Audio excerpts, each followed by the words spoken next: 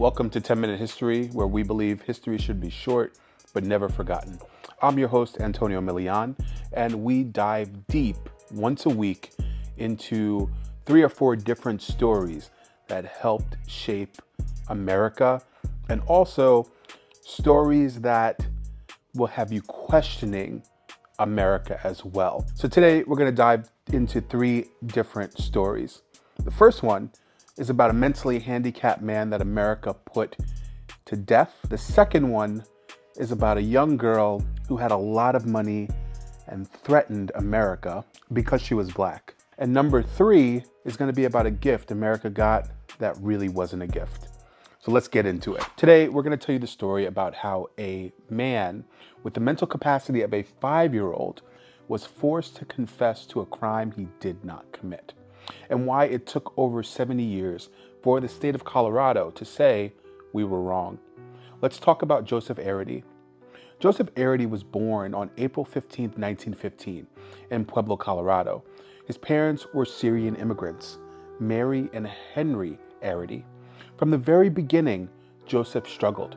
He couldn't keep up in school, he didn't understand basic directions, and by the age of 10, he was institutionalized.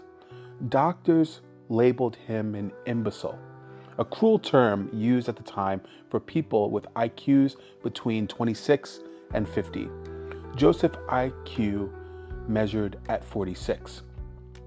That meant he functioned like a young child. He spent years in the Colorado State Home and training schools for the mentally defective. He was eventually allowed to leave for visits with his family, but that wouldn't last long. In 1936, the town of Pueblo was rocked by a brutal crime. On August 15, 1936, 2 young girls, Dorothy and Barbara Drain, were attacked in their home. Dorothy, just being 15 years old, was bludgeoned to death with an axe. Her sister, Barbara, barely survived. The town demanded answers fast. Police zeroed in on a man named Frank Aguilar, a Mexican immigrant who had once worked for the Drain family. They searched his home and found a hatchet. Aguilar was arrested and later convicted of the murder. But in a desperate attempt to close the case completely and maybe make a political name for himself, the sheriff, George Carroll, decided that Aguilar had not worked alone. And that's when he came across Joseph Arridy. Joseph had recently been released for a visit and was wandering near a rail yard in Cheyenne, Wyoming. Carroll found him, questioned him, without a lawyer, without his parents, and without understanding. Remember, Joseph couldn't even understand the concept of left and right. He would say yes to almost any question that was asked. He was eager to please, terrified of authority, and completely incapable of understanding consequences. Carroll later claimed that Joseph confessed to everything, down to every specific detail of the murder. But here's the problem. Joseph didn't even know what an axe was. When asked how he attacked the girls, he mimicked swinging a baseball bat. He got names wrong. He got rooms wrong. And he had said that he had gone through a door that didn't even exist.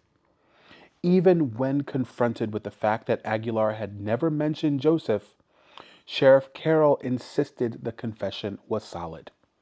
Why? Because a white man needed a clean case, and a mentally handicapped man couldn't defend himself.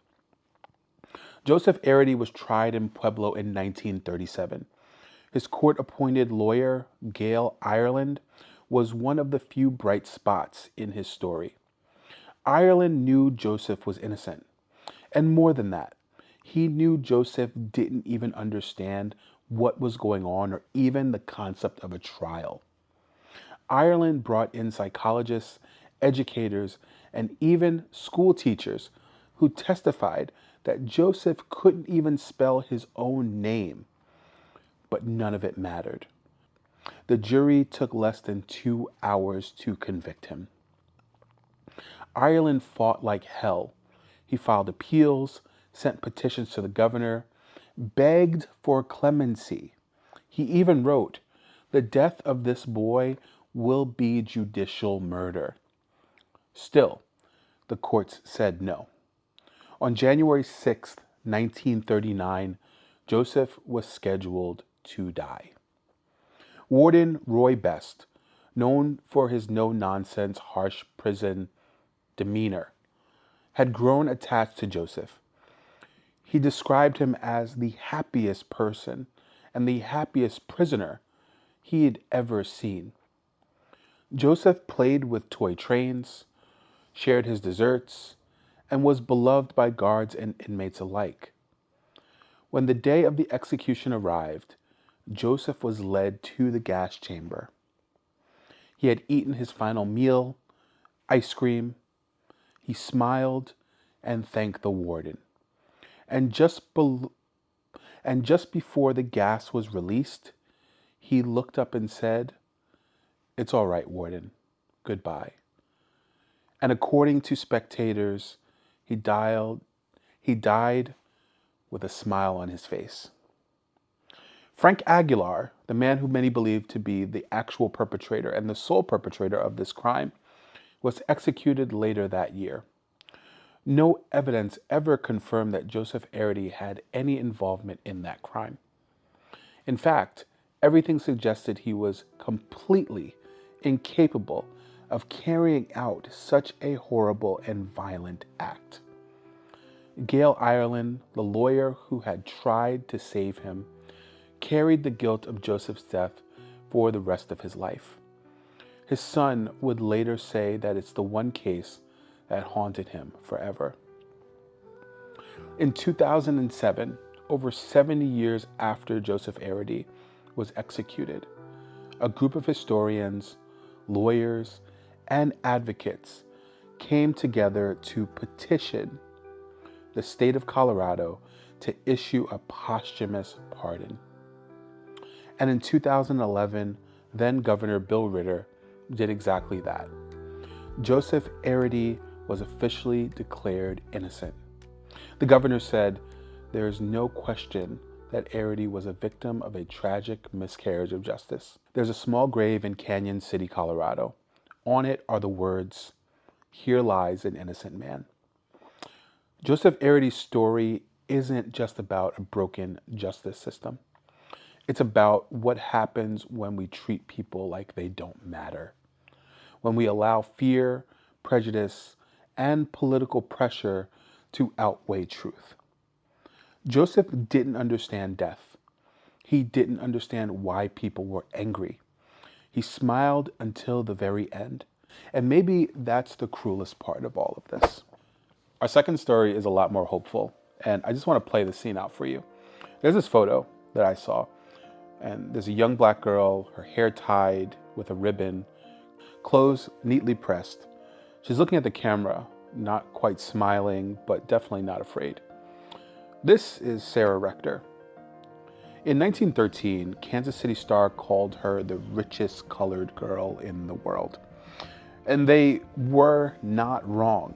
By the age of 11, Sarah Rector was pulling in the kind of oil money that made people, powerful people, nervous. And for a black girl living in Jim Crow America, being rich was more of a threat and more dangerous than being poor. Let's start in Indian Territory, present-day Oklahoma. The year is 1902. Sarah Rector is born into a tiny black town called Taft, one of the many towns established by freed black people after emancipation. Her family were descendants of enslaved people who had been forced to walk the Trail of Tears alongside the Creek Nation. And because of their ties to the Creek, they were classified as freedmen. And under an agreement with the U.S. government, they were each entitled to a parcel of land. Now, most of the land was rocky, dry, and not great for anything, or so they thought. And it was like the government said, sure, you can have land, just not good land. Sarah's parcel was especially bad. It was valued at $556. She was only 4 years old when she received it. Her father even tried to sell it just to stop paying the $30 annual property tax. But Sarah was black. The courts wouldn't let him sell it to a white man. So he did the next best thing. He leased the land out to the Standard Oil Company. And then everything changed. In 1913, oil was discovered on Sarah's land, a lot of it. That one well produced over 2,500 barrels of oil a day, pulling around $300 per day, the equivalent of $9,000 in today's money. And that's how much Sarah was making. Suddenly, an 11-year-old Sarah Rector was a millionaire. But there's where things get dark. Because in 1913 in Oklahoma, a rich black child wasn't just rare, it was unheard of and became a problem. And the state of Oklahoma quickly stepped in. First, they assigned a white legal guardian, standard procedure that they claimed. But white guardians, often placed over Native and black children, were used as loopholes to siphon money to themselves and often to steal opportunities from the people that they were guardians over. It was a way to control land and money. Rumors began to swirl. Was Sarah being exploited? Was her money being stolen? Now, here's where we enter the NAACP. W.E.B. Du Bois, Booker T. Washington, and many other prominent black leaders started asking questions. In fact, Du Bois helped launch an investigation after reports emerged suggesting that Sarah may have been kidnapped or was in the process of being kidnapped. It wasn't true. She was alive and well. But the rumors spoke to the fear that her wealth made her a target to people that legitimately wanted to end her life. Thanks to public pressure, the NAACP ensured that Sarah's money was protected. She was removed from her white guardianship and placed under a more appropriate supervision. But make no mistake, the system still wasn't designed for her. In fact, because of her wealth, Oklahoma legally declared her white. Not because she was accepted socially, because the law at the time didn't allow black people to enjoy that level of financial success. They literally changed her racial classification so that the system could make sense of her wealth. By 18, Sarah owned over 1,500 acres of land, a boarding house, and even her own chauffeur-driven car. She attended Tuskegee University and eventually moved to Kansas City, Missouri, where she lived in a grand home that she used to host parties for both black and white guests. A quiet act of defiance in segregated America. But here's the thing. Being rich did not mean being free for Sarah. She went through 2 marriages and lost a good portion of her wealth over time. Oil wells dried up, land gets mismanaged, the pressure of being Sarah Rector, the girl everyone wanted a piece of, never really went away. Still, she lived a full life. She had children, she owned businesses, and even though she faded from the headlines, she never disappeared from the story. Sarah Rector died in 1967 at the age of 65. When we talk about black history, we talk about struggle, as we should. But there's something powerful in remembering someone like Sarah Rector, a little black girl from what we would call back then Indian territory, today it's Oklahoma, who by accident of genealogy became a millionaire. And then by the weight of racism became a legal anomaly to the point where they had to change her racial classification. They called her the richest colored girl in America, but the real story isn't about the money per se. It's about what happens when a system built on exclusion suddenly has to make room for you, a black person, with oil and land and power in your hands. Do you like getting gifts I know I do, but sometimes you have to question the intent of the gift. And this is a perfect story of why, when we're given something, especially by strangers or people that don't like us, we should question the intent behind it. Because it's not just a gift, or in the case of America, it essentially was just a gift, a simple gesture of friendship. A beautiful carved wooden plaque of the Great Seal of the United States. It was given to the American ambassador of Moscow by a group of Soviet schoolchildren in 1945.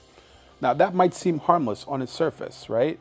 But behind the polished smile and the token of goodwill was a secret, one that would go undetected for over 7 years. This is insane. It was a listening device that spied on American diplomats hidden inside this gift from children. And if that sounds like Cold War level petty, it gets worse, depending on your paranoia level. Let's rewind back to 1945, specifically August 4th of 1945. The world is still reeling from World War II. In Europe, the Nazis have fallen, and now the Allies, especially the US and the Soviet Union, are starting to eye each other less like teammates and more like future enemies. But there's still a hint of diplomacy in the air. At Spaso House, the American ambassador's residence in Moscow, the ambassador is hosting a ceremony.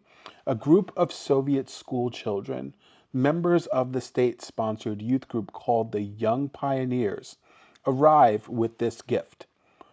It's a wooden plaque, ornate, detailed, an image of the Great Seal of the United States, eagle, shield, olive branches, arrows, the whole thing. They present it with proud smiles, a token of Soviet-American friendship. The ambassador is charmed. Who wouldn't be? So he does what any diplomat would do.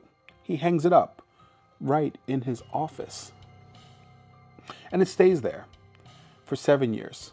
Now, the Cold War was basically built on paranoia. Spy versus spy, wiretap versus wiretap, secrets inside of secrets. But this plaque, it was different. It didn't use batteries, it didn't emit signals, it didn't even look suspicious. And that made it one of the most brilliant espionage tools ever created. See, the Soviets didn't just hide a mic in there. They built what we now call a passive resonant cavity microphone. But let's keep it simple.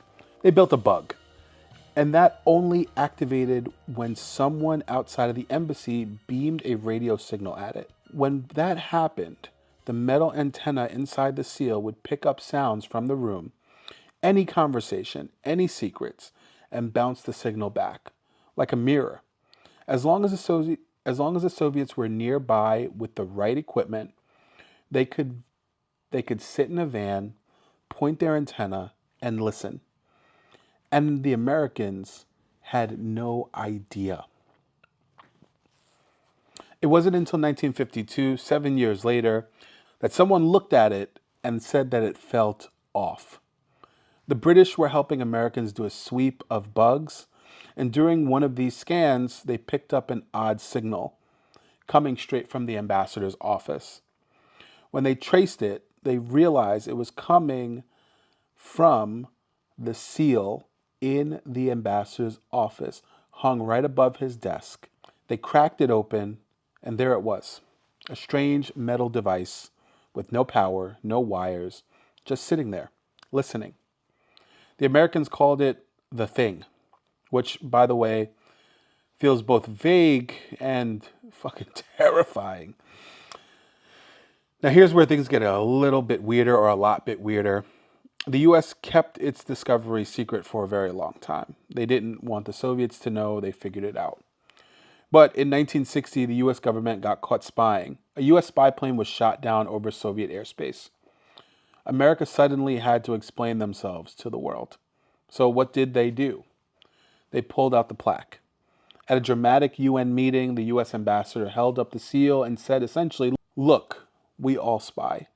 Even your school children are in on it." Essentially, that was it. The plaque changed the game. It was the precursor to modern RFID and wireless spy technology.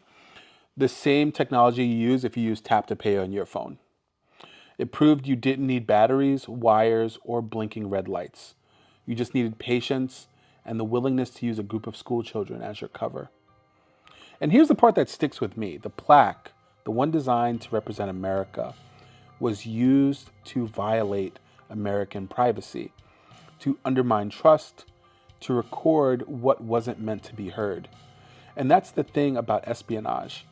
It doesn't always come through the front door. Sometimes it hangs quietly on the wall.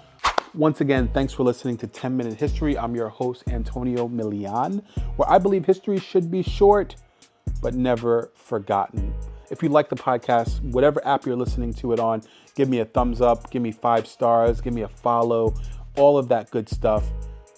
And always remember to stay curious, stay motivated, stay strong. And in the case of the Russians, watch what's on your walls.